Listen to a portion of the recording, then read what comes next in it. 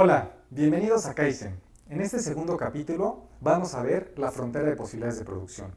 Pero antes de ver un poco qué es este tema, hagamos una distinción sobre como dos de los grandes temas que estudia la economía. Una es la teoría del productor y otra es la teoría del consumidor. Las dos buscan entender cómo se comportan los agentes, cómo se comportan las personas con esta lógica económica de utilizar nuestros recursos limitados para satisfacer las necesidades que más nos importan. En el lado del consumidor va a ser por qué la gente compra lo que decide comprar o no compra lo que no quiere comprar.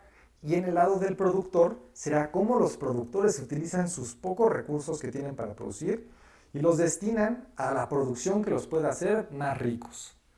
Una vez explicado esto y contextualizado en qué vamos a ver, veamos qué es la frontera de posibilidades de producción.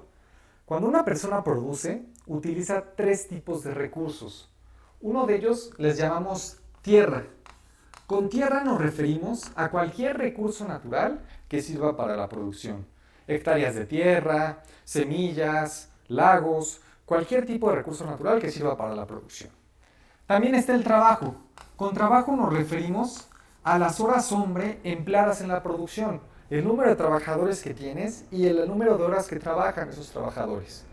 Y el capital. Con el capital nos referimos a todas esas herramientas que utilizan los trabajadores para poder producir más o de forma más eficiente. Por ejemplo, tractores, por ejemplo, también palas, cualquier tipo de esos. Una vez visto estos tres insumos que hay, veamos ya qué es la frontera de posibilidades de producción. La frontera de posibilidades de producción es lo máximo que podría llegar a producir un productor con estos recursos que tiene que son limitados. Si pensáramos en un productor que tiene dos opciones para producir un bien X y un bien Y, y lo viéramos gráficamente, se podría ver de esta forma. Con un plano cartesiano, con el bien Y acá y el bien X acá, y la frontera se vería como este límite que nos indicaría lo máximo que podría llegar a producir el productor si estuviera ya empleando todos sus recursos.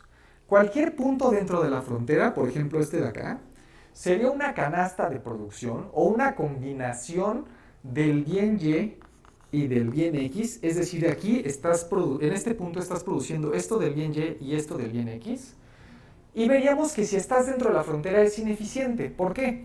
Porque tú verías que todavía podrías producir más de X sin dejar de producir nada de Y, o más de Y sin dejar de producir nada de X, o incluso más de ambos, y acercarte justo a la frontera que es lo máximo que puedes llegar a producir de ambos bienes.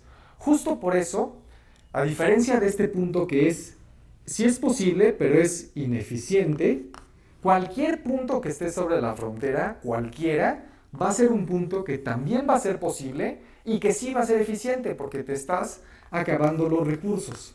Más allá de la frontera, y justo ese es el concepto, que más allá no se puede avanzar, encontramos los puntos que ya son imposibles, que justo por los recursos limitados que tenemos, no nos alcanza para seguir produciendo hasta allá. Una vez visto cuáles son los puntos ineficientes, eficientes e imposibles, veamos ahora un concepto muy importante que es el de costo marginal. ¿Qué es el costo marginal? El costo marginal es el costo de oportunidad de una unidad en específico. La palabra marginal es muy importante en economía y la vamos a estar viendo en varios contextos. Quiere decir por cada unidad o por una unidad adicional. Veamos esto en un ejemplo para que quede más claro.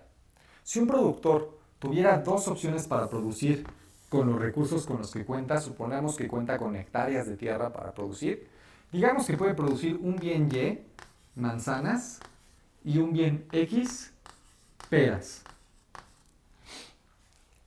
Lo máximo que podría llegar a producir de estos dos bienes se vería justamente representado por la frontera de posibilidades de producción que nos indicaría ese límite. Si estuviéramos en este punto de acá, produciendo originalmente solo manzanas, suponemos que si solo dedicáramos todas las hectáreas a producir manzanas, pudiéramos llegar a producir máximo 10, estaríamos produciendo 0 peras, ¿están de acuerdo? Pero si produciéramos una pera, pues lo máximo que podríamos llegar a producir ya no son 10 manzanas, ya sería ahora, digamos, 9 manzanas.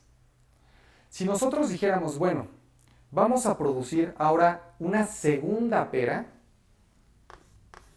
pues lo máximo que podríamos producir ya no serían 9 manzanas. Ahora serían, sustituyéndolo en la frontera, digamos 8. Entonces, ¿cuál fue el costo de oportunidad de esta primera pera que producimos?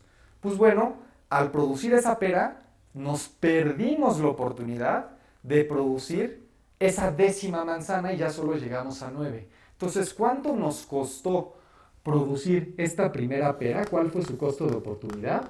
Pues fue 1. Y de la segunda pera, ¿cuál fue su costo de oportunidad? Pues antes producíamos 9 manzanas y al producir esa pera adicional, pues perdimos la posibilidad de producir una manzana. Entonces, ¿cuánto costó? Pues igual en este caso, una manzana. Si pensáramos en una tercera, por ejemplo, sustituyéndolo, podríamos llegar que ahora ya solo podemos producir 7 manzanas y por lo tanto, esa pera adicional nos costó una manzana. Ese fue su costo marginal.